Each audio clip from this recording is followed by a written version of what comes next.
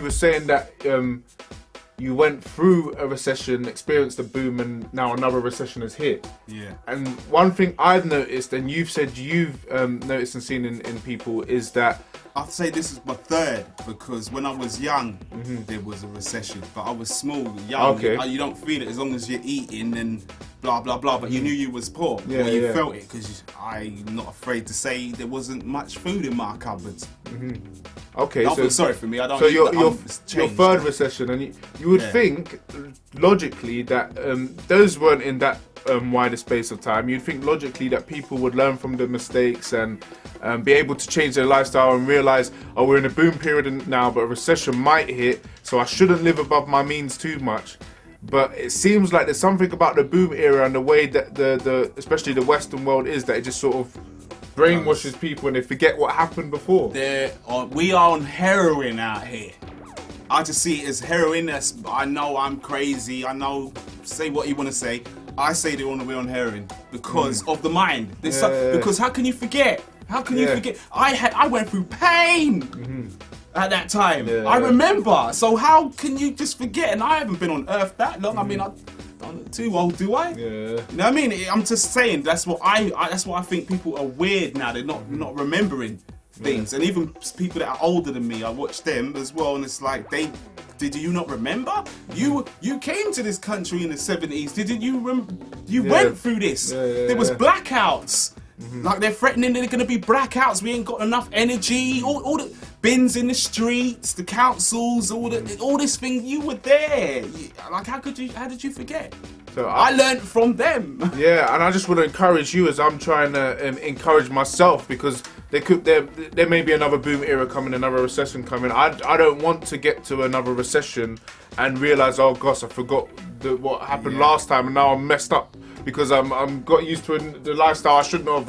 I didn't learn from my mistakes. Do you know what I mean? Yeah. So, like, I want to encourage you even to not just get warped in the media and warped in what everybody else is doing and forgetting what you've been through. You got to remember life experiences. Okay, I want to say something.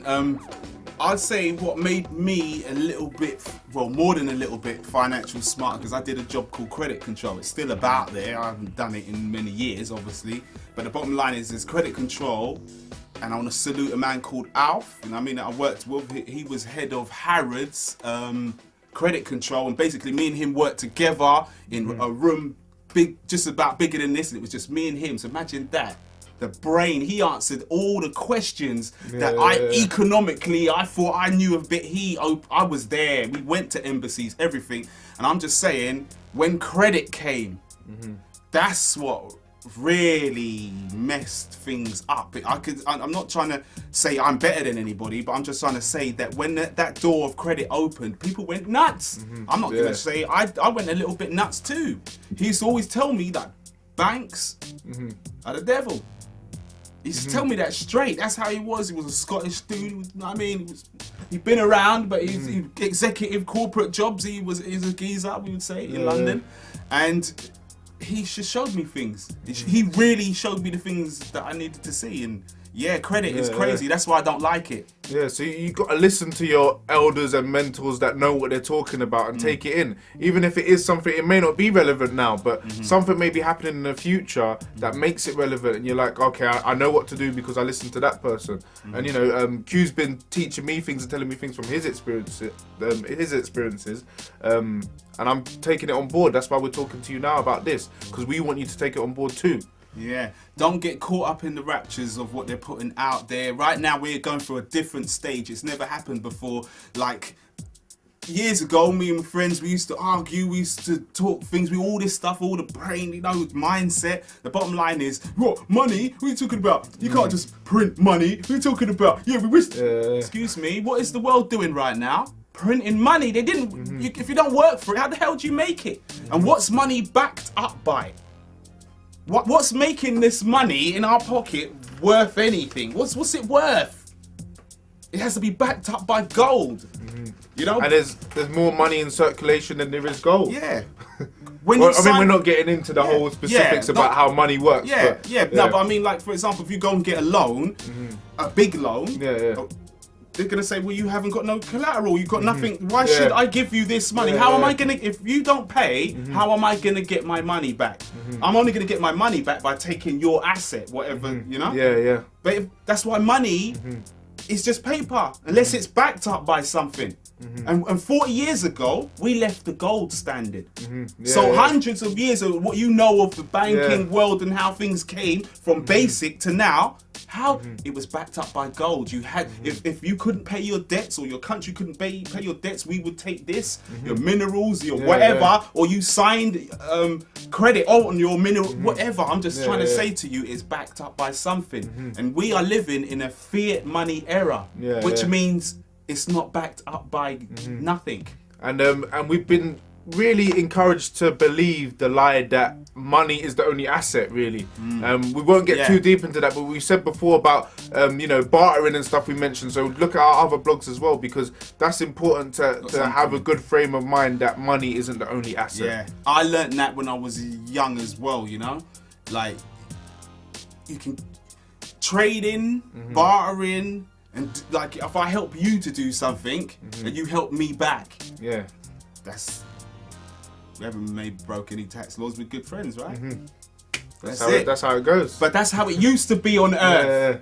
That it wasn't you. I have sheep, or you have your sheep shearer. I'll need my sheep shearing or something. You would. That's how it was. Or your family, or your trade. You had a trade. You did something. You built something. You were about something. Now we have careers that when you're not really about something. You just did that job for a reason, because that corporate company hired you to do it, or you trained to do it. And when they don't want you to do that anymore, what do? Now you've got to retrain yourself. So how is that a career? And that's a big issue about the recession period. People, they're just chopping people's jobs as well. So living above your means is not good to do, and especially if you've got a job that you can't rely on as well. So you're living a lifestyle that what's funding it could suddenly be chopped. Let me to cut you right there. Computers. I learned that when I was 17, because halfway through my training, and I was working for Honeywell Bull, which was like IBM of the UK. I mean, elders will know what I'm talking about when I say Honeywell Bull. And they basically, all what they trained me in, and I was in the biggest center, in Europe, And cut a long story short, they just practically might have just said to me, listen, mate, you know what you just learnt for a year and a half, and we paid, we trained you, you know all of that? Throw that away, because we now are going to start using software. See all that hardware chip putting putting the boards in and everything? That's over. We don't fix stuff like that. We throw it away and just put another one in there, just like that. So how long was you learning that, sorry? How long? I did a year and a half, but I still went, basically, I did about another couple of months. I can't remember. I'm sorry. And that's just realizing that time was irrelevant, spent, and that's what made me want to be independent and start and become self-employed. That was my dream as well, to take your own destiny in your own hands and make your own wave. You know what I mean? Rather than a career. I just thought to myself, how can I be young and have to work 45 years of this, and that's the best I can do for myself? And then at the end of it, all you can see is that you see old people with houses and they can't maintain it.